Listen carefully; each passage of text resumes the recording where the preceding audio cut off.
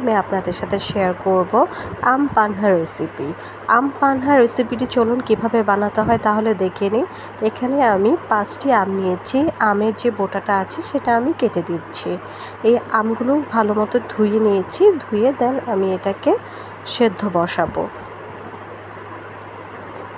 আপনারা চাইলে piece piece করে কেটে আমের যে খোসাটা আছে সেটা ছাড়িয়েও সেদ্ধ করতে পারেন, বাট আমি খোসা সহই সেদ্ধ করব। তো আমি এখন আমগুলোকে সেদ্ধ বসিয়ে দিলাম। মোটামুটি একটা সেদ্ধ হয়ে গেলে যখন আমি বুঝতে পারবো যে আমের যে খোসাটা আছে সেটা ফেটে গিয়েছে, তখন মানে বোঝা যাবে যে এটা সেদ্ধ হয়ে গিয়েছে আর কি। তো একটু দেখে নিব সেদ্ধ হয়েছে কি না। তো একটু ভেতরে কাঁচা আছে, আমি দেখে নিলাম সেদ্ধ হয়নি। তো পুরোটা সেদ্ধ হলে দেন আমি নামিয়ে ফেলবো। এটা নামিয়ে একটু ঠান্ডা করে দেন আমটাকে আমি একটু ভালো মতো করে খোসা ছাড়িয়ে আমের যে ভিতরের পাল্পটা আছে সেটাকে বের করে নেব। এখনও মোটামুটি গরম আছে ভালোই, তারপরও আমি আস্তে আস্তে করে খোসাগুলোকে ছাড়িয়ে খোসাগুলোর মধ্যে যে আমের পাল্পগুলো আছে সেগুলোকে ছাড়িয়ে নেব। এই গরমে আসলে কোনো কিছুই খেতে ভালো লাগে না, আর যদি ঠান্ডা ঠান্ডা আম পান্না হয় তাহলে দেখা যায় যে খুব তৃপ্তি নিয়ে আপনি আম পান্নাটা খেতে পারবেন এবং একটা স্বস্তির একটা আভাস আসলে পাবেন। এত গরমে আসলে কিছুই ভালো লাগে না, একটু ঠান্ডা কিছু হলে খেতে ভালো লাগে আর কি। তো যেহেতু অনেকটাই গরম, এই জন্য আমি একটু ঠান্ডা পানি দিয়ে ভালো মতো করে আমটাকে কচলিয়ে নেব। কচলিয়ে এটার ভিতরে যে পাল্পগুলো আছে একদম বিচি থেকে সহ ছাড়িয়ে নেব। দেখতে পাচ্ছেন আমি কিভাবে আমগুলো থেকে ছাড়িয়ে নিচ্ছি আমের পাল্পগুলো। আপনারা চাইলে এই পাল্পটা ফ্রিজে রেখে ডিপ ফ্রিজে সংরক্ষণ করে সারা বছরই এইভাবে আমের যে আম পান্হা আছে সেটা খেতে পারেন।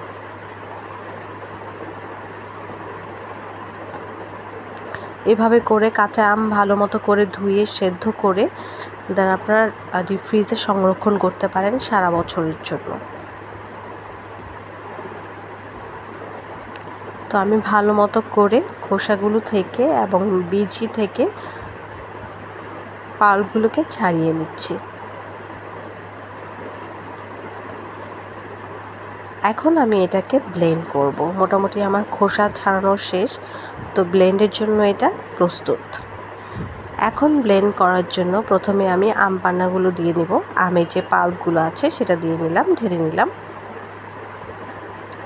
তারপরে এইখানে আমি টেস্টের জন্য 2টা লেবু পাতা দিলাম। লেবু পাতাটা অপশনাল, এটা না দিলেও না দিতে পারেন আপনারা। দেন আমি আমার ছাদ বাগানের কিছু পুদিনা পাতা সেগুলো দিয়ে দিলাম। এখন এখানে আমি 4 থেকে 5 চামচ চিনি দিয়ে দিয়েছি, আপনারা চাইলে মধুও ইউজ করতে পারেন। এখন এখানে আমি দিয়ে দিলাম বিট লবণ, চিনিটা আপনাদের টেস্ট অনুযায়ী। এখানে দিয়ে দিলাম গোলমরিচ গুঁড়া, ব্ল্যাক পেপার, তারপর আমি দিয়ে দিলাম ভাজা জিরা গুঁড়া। সো মোটামুটি এটাকে আমি করে এখন ব্লেন্ড করব। আমার ব্লেন্ড ডান কমপ্লিট হয়ে গিয়েছে। এখন যেহেতু এটা খুব ঘন, পরিবেশনের জন্য আমি একটা গ্লাস নিব। গ্লাসে কিছু পরিমাণে আমের পাল্প, যেটা আমি পুদিনা পাতা সব কিছু দিয়ে ব্লেন্ড করেছি, সেটাকে দিলাম 2 চামচের মতো। আর ঠান্ডাটা হলো আপনি আপনার যতটুকু পরিমাণে ঠান্ডা খেতে চান সে ওয়াইজ আপনি বরফ ইউজ করবেন। আপনি পাল্পের সাথেও বরফ ব্লেন্ড করে নিতে পারেন চাইলে। দেন আমি এখানে ঠান্ডা পানি ঢেলে দিলাম, ভালো মতো করে এটাকে মিক্সড করব।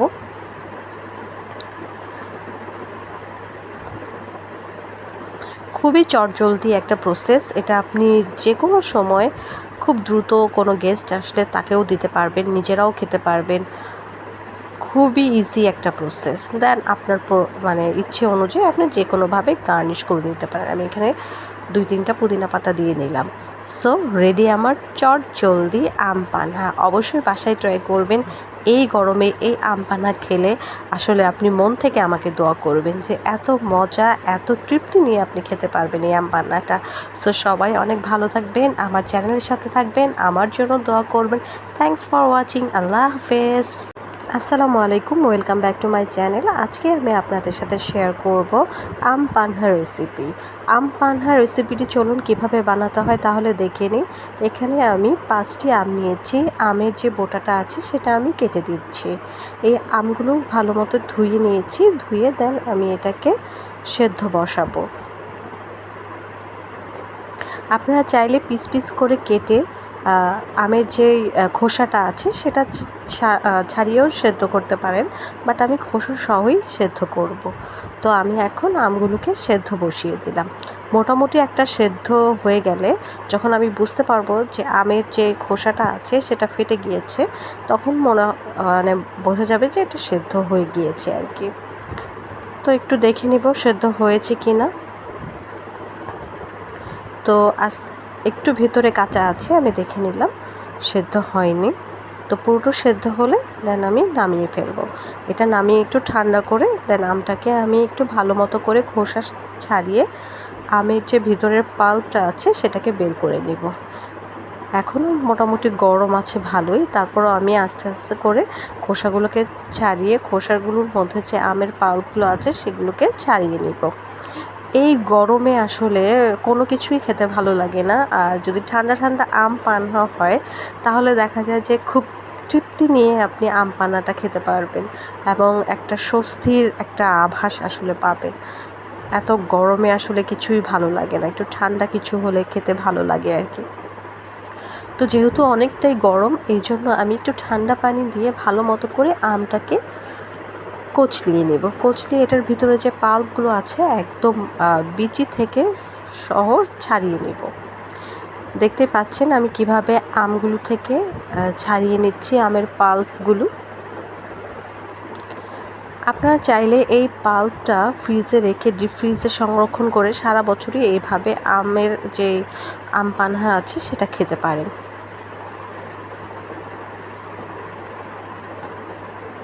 এভাবে করে কাঁচা আম ভালো মতো করে ধুয়ে সেদ্ধ করে দেন আপনার ডিপ ফ্রিজে সংরক্ষণ করতে পারেন সারা বছরের জন্য। তো আমি ভালো মতো করে খোসাগুলো থেকে এবং বীজি থেকে পাল্পগুলোকে ছাড়িয়ে নিচ্ছি। এখন আমি এটাকে ব্লেন্ড করব। মোটামুটি আমার খোসা ছাড়ানো শেষ, তো ব্লেন্ডের জন্য এটা প্রস্তুত। এখন ব্লেন্ড করার জন্য প্রথমে আমি আম পান্নাগুলো দিয়ে নিব। আমের যে পাল্পগুলো আছে সেটা দিয়ে নিলাম, ঢেলে নিলাম। তারপরে এইখানে আমি টেস্টের জন্য 2টা লেবু পাতা দিলাম। লেবু পাতাটা অপশনাল, এটা না দিলেও না দিতে পারেন আপনারা। দেন আমি আমার ছাদ বাগানের কিছু পুদিনা পাতা সেগুলো দিয়ে দিলাম। এখন এখানে আমি 4 থেকে 5 চামচ চিনি দিয়ে দিয়েছি, আপনারা চাইলে মধুও ইউজ করতে পারেন। এখন এখানে আমি দিয়ে দিলাম বিট লবণ, চিনিটা আপনাদের টেস্ট অনুযায়ী। এখানে দিয়ে দিলাম গোলমরিচ গুঁড়া, ব্ল্যাক পেপার, তারপর আমি দিয়ে দিলাম ভাজা জিরা গুঁড়া। সো মোটামুটি এটাকে আমি করে এখন ব্লেন্ড করব। আমার ব্লেন্ড ডান কমপ্লিট হয়ে গিয়েছে। এখন যেহেতু এটা খুব ঘন, পরিবেশনের জন্য আমি একটা গ্লাস নিব। গ্লাসে কিছু পরিমাণে আমের পাল্প, যেটা আমি পুদিনা পাতা সব কিছু দিয়ে ব্লেন্ড করেছি, সেটাকে দিলাম 2 চামচের মতো। আর ঠান্ডাটা হলো আপনি আপনার যতটুকু পরিমাণে ঠান্ডা খেতে চান সে ওয়াইজ আপনি বরফ ইউজ করবেন। আপনি পাল্পের সাথেও বরফ ব্লেন্ড করে নিতে পারেন চাইলে। দেন আমি এখানে ঠান্ডা পানি ঢেলে দিলাম, ভালো মতো করে এটাকে মিক্সড করব।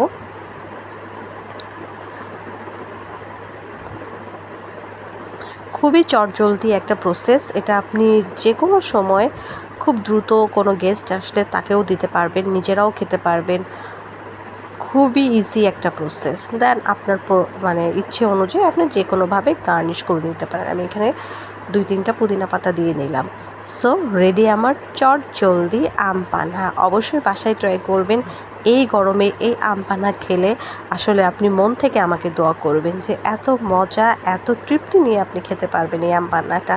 সো সবাই অনেক ভালো থাকবেন, আমার চ্যানেলের সাথে থাকবেন, আমার জন্য দোয়া করবেন। Thanks for watching. আল্লাহ হাফেজ। আসসালামু আলাইকুম, welcome back to my channel. আজকে আমি আপনাদের সাথে শেয়ার করব আম পান্না রেসিপি।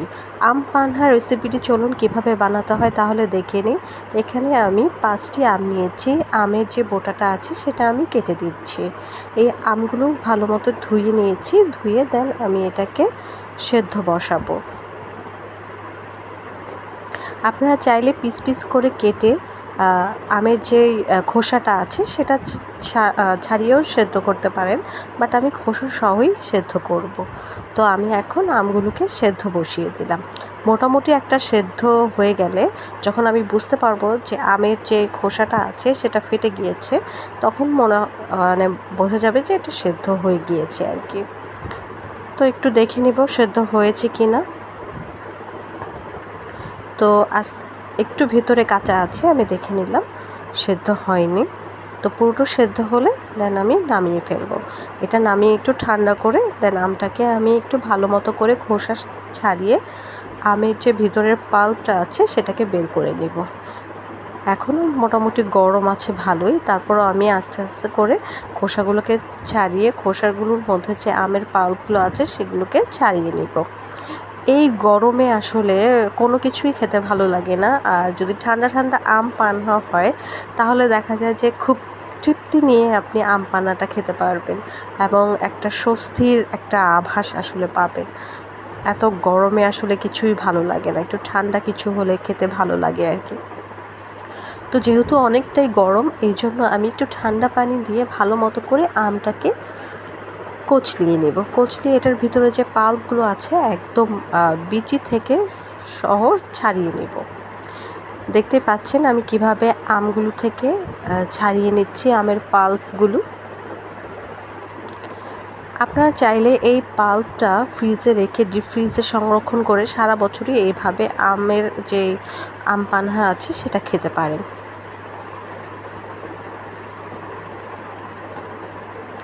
এভাবে করে কাঁচা আম ভালো মতো করে ধুয়ে সেদ্ধ করে দেন আপনার ডিপ ফ্রিজে সংরক্ষণ করতে পারেন সারা বছরের জন্য।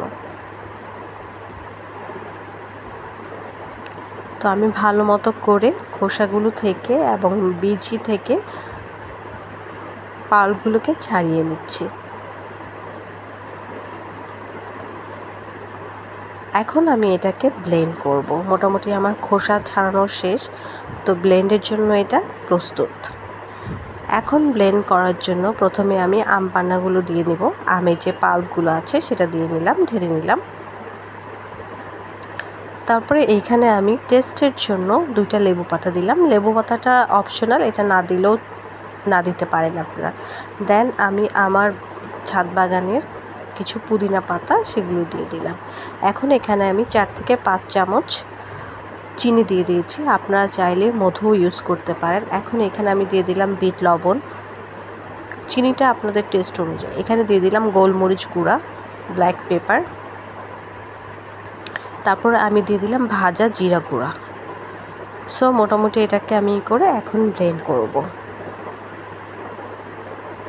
আমার ব্লেন্ড ডান কমপ্লিট হয়ে গিয়েছে। এখন যেহেতু এটা খুব ঘন, পরিবেশনের জন্য আমি একটা গ্লাস নিব। গ্লাসে কিছু পরিমাণে আমের পাল্প, যেটা আমি পুদিনা পাতা সব কিছু দিয়ে ব্লেন্ড করেছি, সেটাকে দিলাম 2 চামচের মতো। আর ঠান্ডাটা হলো আপনি আপনার যতটুকু পরিমাণে ঠান্ডা খেতে চান সে ওয়াইজ আপনি বরফ ইউজ করবেন। আপনি পাল্পের সাথেও বরফ ব্লেন্ড করে নিতে পারেন চাইলে। দেন আমি এখানে ঠান্ডা পানি ঢেলে দিলাম, ভালো মতো করে এটাকে মিক্সড করব।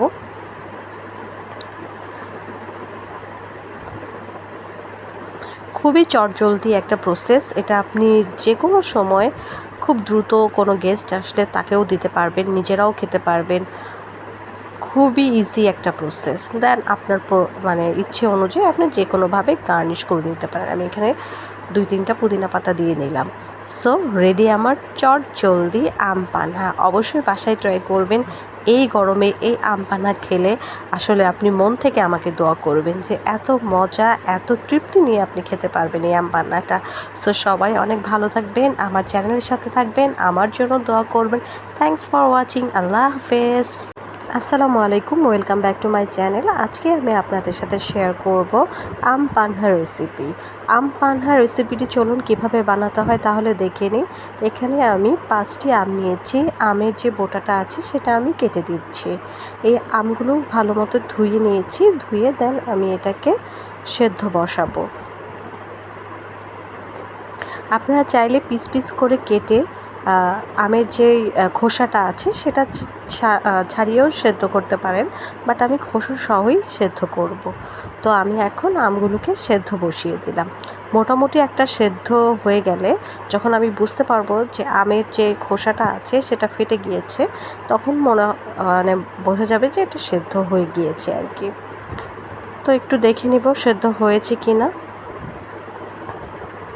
তো একটু ভেতরে কাঁচা আছে, আমি দেখে নিলাম সেদ্ধ হয়নি।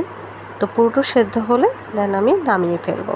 এটা নামিয়ে একটু ঠান্ডা করে দেন আমটাকে আমি একটু ভালো মতো করে খোসা ছাড়িয়ে আমের যে ভিতরের পাল্পটা আছে সেটাকে বের করে নেব। এখনও মোটামুটি গরম আছে ভালোই, তারপরও আমি আস্তে আস্তে করে খোসাগুলোকে ছাড়িয়ে খোসাগুলোর মধ্যে যে আমের পাল্পগুলো আছে সেগুলোকে ছাড়িয়ে নেব। এই গরমে আসলে কোনো কিছুই খেতে ভালো লাগে না, আর যদি ঠান্ডা ঠান্ডা আম পান্না হয় তাহলে দেখা যায় যে খুব তৃপ্তি নিয়ে আপনি আম পান্নাটা খেতে পারবেন এবং একটা স্বস্তির একটা আভাস আসলে পাবেন। এত গরমে আসলে কিছুই ভালো লাগে না, একটু ঠান্ডা কিছু হলে খেতে ভালো লাগে আর কি। তো যেহেতু অনেকটাই গরম, এই জন্য আমি একটু ঠান্ডা পানি দিয়ে ভালো মতো করে আমটাকে কচলিয়ে নেব। কচলিয়ে এটার ভিতরে যে পাল্পগুলো আছে একদম বিচি থেকে সহ ছাড়িয়ে নেব। দেখতে পাচ্ছেন আমি কিভাবে আমগুলো থেকে ছাড়িয়ে নিচ্ছি আমের পাল্পগুলো। আপনারা চাইলে এই পাল্পটা ফ্রিজে রেখে ডিপ ফ্রিজে সংরক্ষণ করে সারা বছরই এইভাবে আমের যে আম পান্না আছে সেটা খেতে পারেন।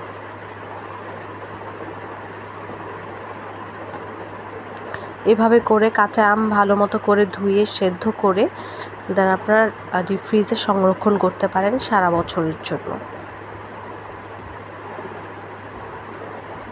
তো আমি ভালো মতো করে খোসাগুলো থেকে এবং বীজি থেকে